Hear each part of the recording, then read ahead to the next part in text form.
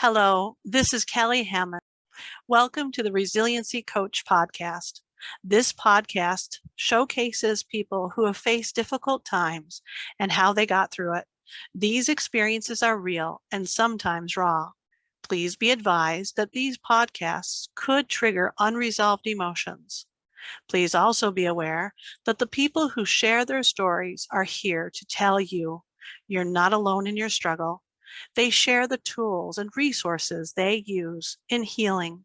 If you're looking for solutions for getting through tough times, contact us at www.resiliency.coach. This is not medical advice. All opinions expressed by the interviewee are their own personal opinions and not necessarily those of Resiliency Coach. So today I'm interviewing my friend, Kellina Powell. Kellina is a young entrepreneur who loves to help people with their personal growth and educate others about the deaf community. Little do people know that Kellina is actually a hard of hearing person. She became deaf at the age of 4. She recently graduated with a psychology degree and is now starting her own online coaching business while finishing working on her book. So, Kellina, thank you so much for being my guest on my podcast today. Thank you so much for having me, Kelly. I am really excited to be here. It's a pleasure. So, Kellina, would you mind sharing your story with us now? Definitely. Hello, everybody. As Kelly mentioned, I did graduate with psychology. I am an international speaker. I am a mental health coach. And as well, I just got my book released on May 28th, which I'm super excited. And yeah, so that's who I am. And I know it's just a lot of things, but yes. That's awesome. Congratulations on your new book. What's the title of it? Every day I am just deaf. Wonderful. That is neat. And at the end of the broadcast, you can tell people how they can get a hold of that book too, all right? Okay, definitely. And if you'd continue on with your story, that'd be wonderful. Definitely. And I became deaf at the age of 4 due to an infection. I would at the daycare at the time. The daycare just stopped, didn't follow the instruction. And that same day when they did not do that, I became deaf. I would on my way home, everything was normal, and I was watching TV. My mom called me, tap on my shoulder, said, "Clean, I've been calling you." And I looked at my mom and I was confused for a second. I was like, wait, I can't hear my mom. And she gave me that look. And I was like, I can't hear you. And that day, my mom speaks out. She calls my grandma. Luckily, my grandma was a nurse at the time. She called my family doctor to find out what was happening. My family doctor said, "You're more than welcome to come the next day." I went to the doctor the next day, and they booked the news to my family that I'm sorry, Kellina is deaf. We can't do anything. Wow. How did that affect your family life as well as education? It affected my family in so many ways in terms of placing me in school. Right, my family had me going to a hearing school. They had my life sorted out in a way. Um, my mom's very organized how she wanted things, and she was very shocked what happened. And we had to do things differently in terms of communication. Communication was the number one issue thing that my family had to figure out, because as a 4-year-old, you're still learning to speak, you're still learning to write, you don't know what's happening. And there was a lot of things that came into it because, having a hearing aid is very expensive. It's not easy. And it's not an easy tool to get into, easy access. And also too, like figuring out, where am I going to school? Is there a deaf school for Kellina? Should we put Kellina in deaf school? Should we put Kellina in hearing school? Should we learn sign language? Should we not learn sign language for Kellina? And I did grow up learning sign language with the deaf school, but my family didn't learn sign language. I know a lot of people be like, "Oh, but like that's your culture, that's your identity." Yes, however, my family was trying to, I would say, try to understand how my life is going to be when I get older. They wanted me to be independent because if you think about it, education-wise, if you go to school, the language they give you options to learn are only Spanish and French in Canada, and no sign language option. So that's why my family said, okay, we can't continue sign language with Kellina because when she gets older, there won't be, not everybody can learn sign language. So that's why my family considered not me taking the next step with ASL when I came out of the deaf school at grade 3. In grade 3, I came out and I went to the hand school full time. It was very struggle at the time because a lot of teachers never met a deaf student, so I had to consistently advocate for myself. Tell the teachers to wear a tool called FM system. So it's like a big speaker in the classroom where students can hear, and and it was really challenging at first because I was bullied a lot, of course, and I had students, thought I was ignoring them where I was not, and I had a hard time participating in sports at the very beginning because sports was very challenging for me. But then when I got older, I got used to it because my family put me in a lot of activities like basketball, soccer, um, so many activities I can't even say, just to help me boost my confidence and actually communicate with the hand community very well. And so it did take time. I tell people it's not easy to build my confidence. Um, it really does take time, but there's no rush. So as you went through this, it seems like one of the tools that your family tried to help you with was to involve you in a lot of activities that would make you be a part of the hearing culture, and in the hopes that it would build your confidence. Is that correct? Yes. And how did that help you? Did it help? It didn't in the beginning because I was so comfortable in the deaf school and I had friends that would look like me. And, I did have doubts in myself a lot of times when I was in the hearing world because I didn't think I would fit in, to be honest. I would be in the corner and, my mom would encourage me and she'd be like, no, you need to go. Like, it's so good. My mom was a very encouragement parent ever, to be honest, when I was younger. I don't know how she does it, to be honest. I'm like, how do you do it? She always encouraged me. She always talked to me and she always makes sure that I am she tries to put me in an uncomfortable situation as possible so that I can learn when I get older. And I think that's why it made me build my confidence because she put me in a lot of uncomfortable situations a lot of times, but it actually did help me a lot of ways. But really how I got through it, I honestly just had to keep going because my mom was the one that kind of pulled me along the way to activities and say, you're doing that, no excuse. And so that's how I got around with it. Now, some people might wonder how you went through college, how you played sports as a hard of hearing, as a deaf individual. How did you do that? And how do you navigate the hearing world when you can't hear? What is it that you do? In college and university, I am very open and honest with all my professors. Yeah, professors. About my accommodation. What do I need? In college and university, they give you either a note taker or they give you an interpreter. It really depends on the school, and that's how I get around with it. Really, I do have a story to tell for a lot of people who are watching this. I did have a music teacher who failed me because he thought I was taking advantage of my accommodation. One of the tests, a lot of times the tests are based on hearing the music. I didn't think it was going to be elementary school listening to music and doing testing. I really didn't think it was an issue at the time, but I was 10 steps ahead of whatever's going on in the classroom, and I spoke to him trying to see, hey, can I do a different style of testing instead of listening? He didn't listen. So I ended up filming the course. I didn't end up in the credit, thank goodness. So my GPA was not affected.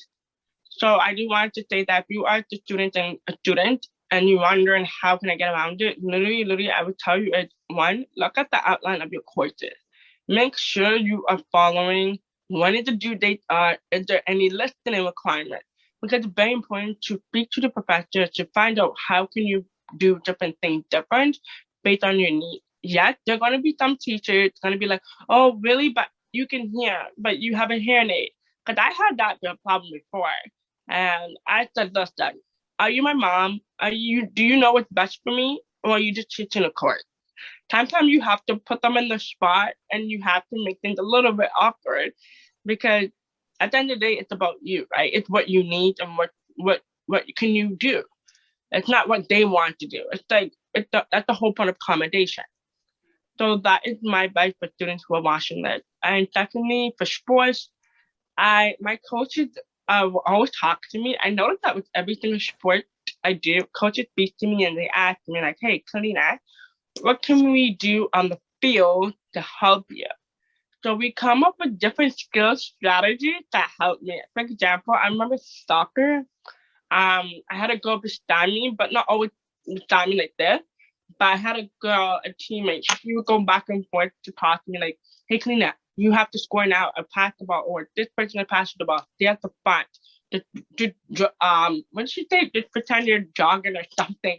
And then the ball will pass you, and then you go score the ball." I used to be forward on soccer, and I was always like the one that always scored the goal. I don't know why. I think because I was super fast when I was younger. Or my coach will move me around the field just to see where I'm comfortable with. So it really depends on how high your coach communication skills are. And I feel like communication is always important, especially if you are someone who are deaf, don't have any other disability. Communication is the number one key. So I don't know if all my audience members will understand about the deaf culture or about deaf individuals. Can you explain about lip reading as well as what does a hearing aid actually do? Definitely. Lip reading comes naturally. A lot of people don't know that. So sometimes, for me personally, I am a heavy lip reader. I don't really always rely on closed caption like any other deaf person. I have to read your lips in order to have communication. So let's say, for example, you cover your mouth. I won't hear full sentence. I will hear 50% of what you're saying. So for example, if you say, "I am going to walk the dog," I will only hear "I am blank dog" or blank park. I'm like, what did you say? So for example, COVID, it really did affect me in a way of me not going outside. I did not bother go on outside at all. I couldn't do it. I tried and I'm like, I can't do that. Like it's just too hard, too challenging, to the point where I had to bring my little sister everywhere with me. And because I couldn't understand, I couldn't hear, I would say COVID was the most difficult challenge my entire life I ever had. Really just get there. And it kind of like boosted down my confidence, boosted down my energy to interact with a lot of hearing community had I reached to. And that's where hearing aids, a lot of people think, oh, but hearing aids help you hear. I'm like, it does, but you will hear 70% of things. Everybody's hearing loss is very different, especially with their hearing aids. So hearing aids is basically programming where there's a sound that's going inside your ears. So there are so many different tools to help people hear. For example, there are cochlear implants and hearing aids. So hearing aids is like where you put around your ears, inside your ears. Cochlear implants, you don't see it. It does not go to your ears. Cochlear implants is like a surgery where you have to go through surgery. It's a lot of information with both different when people get overwhelmed. I tell them this, I'm like, it's okay.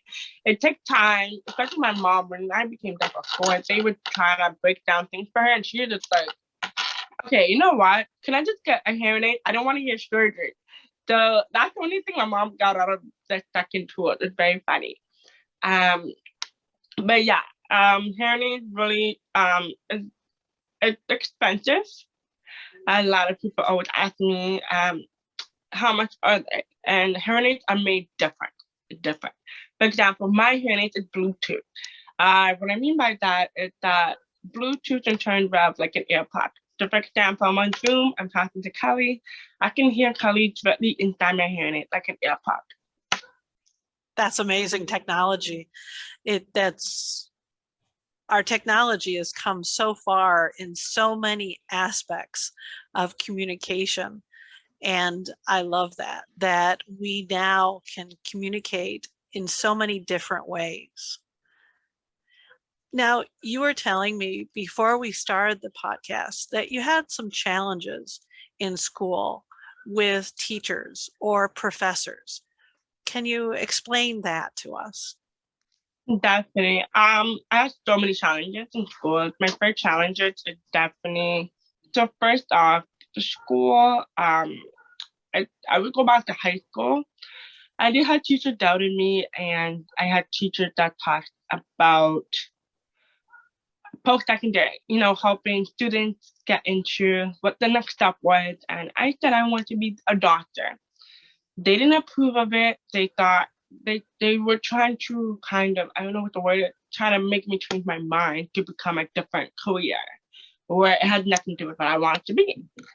And it was really bad to the point where the teacher did not put my grades in for post-secondary.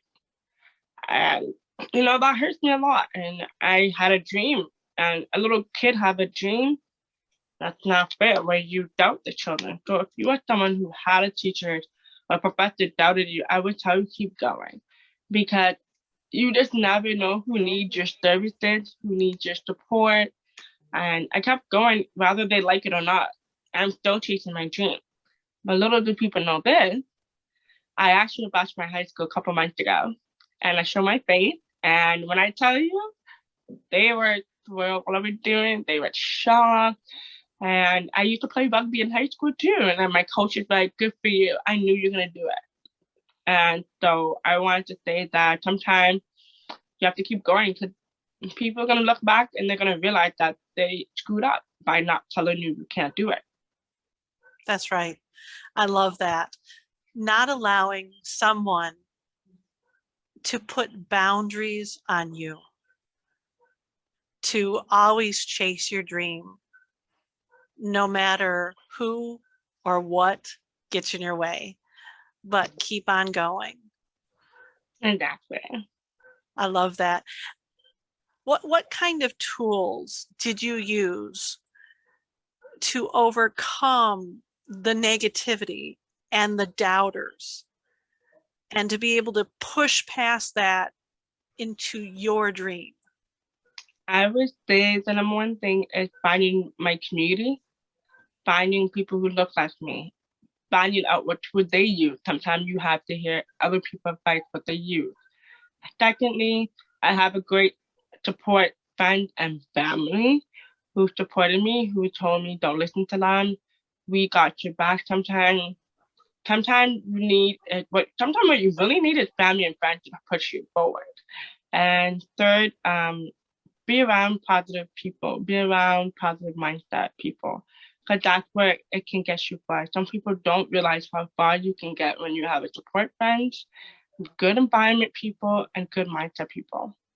Always believe in yourself, even though it's impossible. I know a lot of times people think that their dream is too big and they can't go for it. And the dream is not big enough. Your dream is big enough and it's possible to reach it. So that's how I would describe it. Absolutely. I couldn't say it better. It's friends, family, peers, professionals, whoever it is, but to find those people who can support you and your beliefs, your dreams, to be able to say, yes, you can do this. You need your own cheerleaders. Yes, you do a lot. And I love that you found that community, that you found that resource and those people that could build you up and to help you to find that dream. And so now you have a degree in psychology, you have a business, you have a book, you're conquering the world. Is there anything else that you want to do or will do? I actually want to create an app for people who have disability to find friends in the community. And that since there's no app for people who have disability, where they can meet people around the world who look like them, who have the same disability. So that is something I'm actually going to work on. I love it. It's great, great idea. Because often people think that they're alone. Exactly. And once they realize they're not alone, that empowers them. That just empowers them to realize that if I'm not the only one going through this, then there are others who are going through this at the same time or have, and I can do it because they did it. Exactly. I love that. So I applaud you on continuing your dreams and to helping others to accomplish their dreams too. If you had one piece of advice to give someone that was either deaf, disabled, or anybody that may have had your difficulty or similar difficulties, what piece of advice would you give them? It's okay not to be okay. Sometimes you have to be not okay to find out what your next step is, because I don't believe in the fairy tale lifestyle, especially on social media. I know a lot of people think that, oh, this person's life is perfect. One, don't compare your life with someone else on social media. Two, it's okay to have a day off. That's what I mean by it's okay not to be okay. I love that you said it's okay not to be okay. Exactly. And if somebody wanted to get in touch with you or purchase your book, how would they do that? Everybody can contact me on my Instagram, which is Deaf Queen Boss, or my website, which is KellinaEmpowerment.com. So book any session with me or any resources that you would like to find out on. And as well, my book is on Amazon. So you guys can find it on Amazon no matter what country you're from, because my book is across the globe on Amazon. Wonderful. And can you spell your Instagram contact information and spell your website also? Definitely. Deaf Queen Boss, DeafQueenBoss.